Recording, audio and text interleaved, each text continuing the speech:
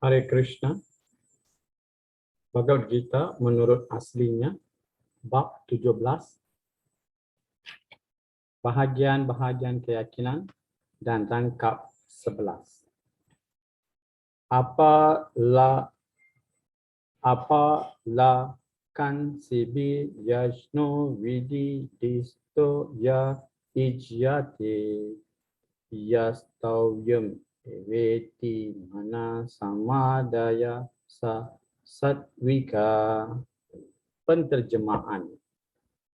Di antara korban-korban suci, korban suci yang dilakukan menurut kitab suci kerana kewajipan oleh orang yang tidak mengharapkan pamrih adalah korban suci yang bersifat kebaikan.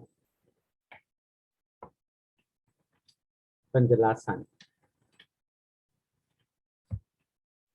Kecenderungan umum ialah mempersembahkan korban suci dengan tujuan tertentu.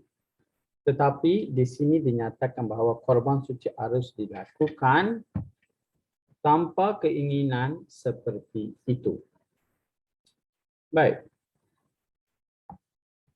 Di sini Tuhan Sri Krishna ingin menjelaskan kepada pengikut-pengikutnya atau kepada rakyat jelata bahawa korban suci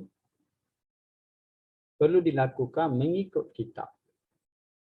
Berarti jangan melakukan sesuatu aktiviti keagamaan yang tidak ada termaktub dalam kitab suci Bhagavad Gita. Dan segala yang dilakukan mengikut kitab suci adalah satu kewajipan. Berarti, dalam arti kata lain, kalau kita nak melakukan sesuatu, jangan kita harapkan balasan. Itu maksud yang sebenarnya. Okay? Jangan harapkan balasan. Kalau kita bagi, kalau kita korbankan dari segi kewangan ataupun dari segi tenaga dan kita mengharapkan balasan yang besar, itu bukan niat. Itu bukan satu keinginan rohani. Itu bukan satu kehendak mengikut kitab. Apa yang kita buat, jangan harapkan balasan. Segala yang kita lakukan, segala perbelanjaan, kita belanja orang, contohnya kita belanja orang. Jangan harap satu hari nanti dia mesti belanja kepada kita.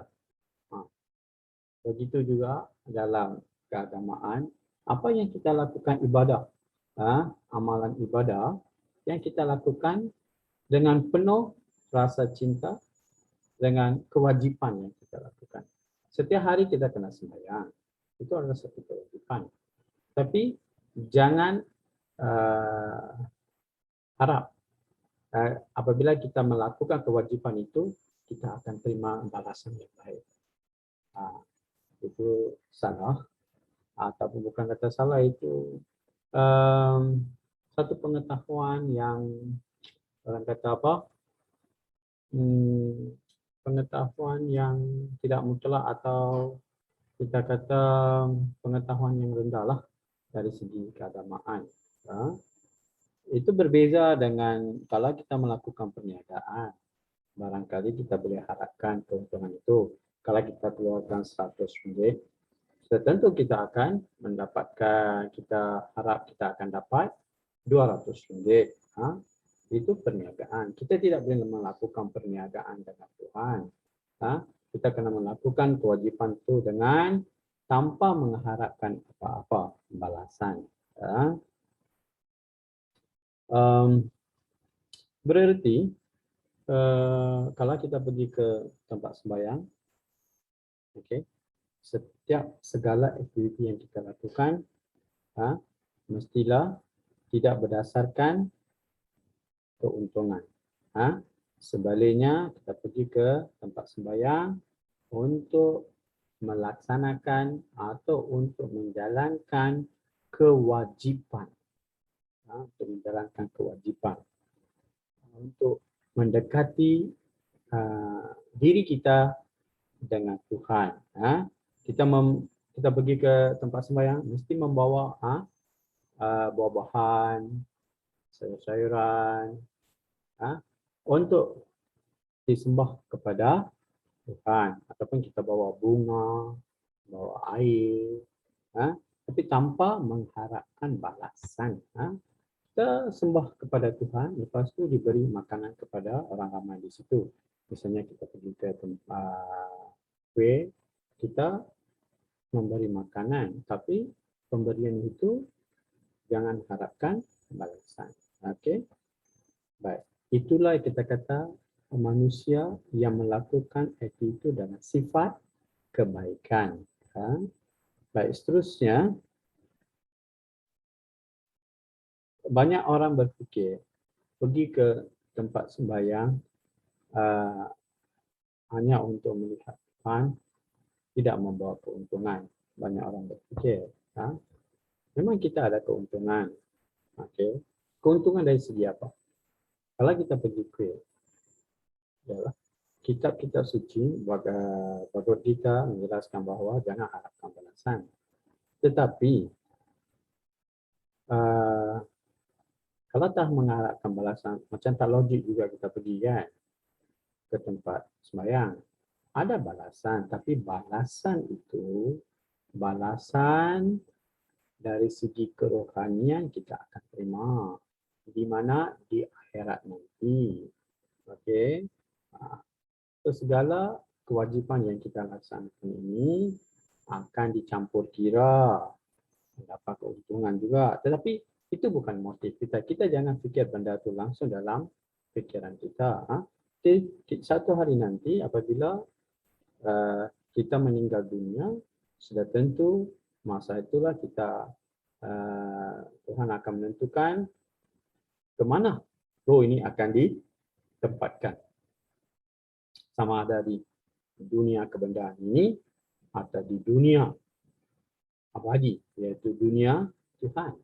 Okay. So, orang-orang yang tidak mengharapkan balasan, melakukan aktiviti keagamaan, sudah tentu mereka akan ditempatkan di dunia yang abadi, iaitu kita atau dinamakan sebagai Goluka ataupun kita kata Vrindavana.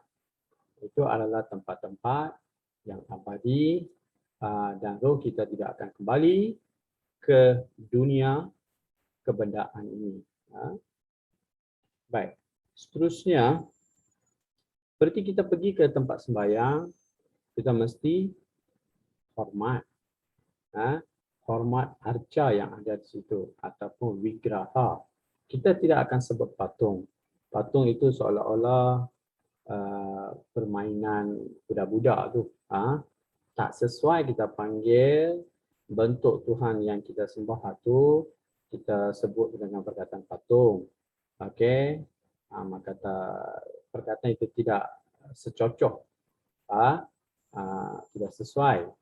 Kita kata arca. Ataupun kita kata apa? Kita kata arca atau kita kata vigraha. Ini perkataan Sanskrit.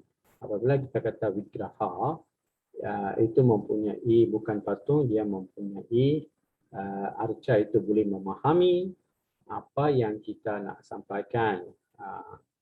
Tuhan, kita melihat Tuhan dalam bentuk vigraha. Okay. Baik, seterusnya berarti orang yang mempunyai sifat kebaikan, perwatakan dia mempunyai ciri-ciri sifat yang baik, sudah tentu dia akan mematuhi segala arahan, segala prinsip garis-garis agama. Dia tidak akan ingkar dengan garis-garis agama. Itulah yang dijelaskan. Berarti pendek kata, secara kesimpulannya di sini pengorbanan itu dari segi wang, kesimpulannya dari segi wang, dari segi masa, dari segi tenaga, apa-apa yang kita lakukan, aktiviti, apa-apa yang kita lakukan untuk upacara sembahyang, dilakukan tanpa mengharapkan balasan. Kalau kita melakukan dengan mengharapkan balasan, orang itu berada dalam sifat kenapsuan atau sifat kebingungan. Dia bukan sifat kebaikan. Jangan harap apa-apa daripada Tuhan. Itu adalah seorang seorang pengikut yang iman, orang kata iman. Orang-orang iman, dia tidak mengharapkan apa-apa. Apa yang dia terima, dia redha dengan penerimaan itu. Sekian, terima kasih. Hare Krishna.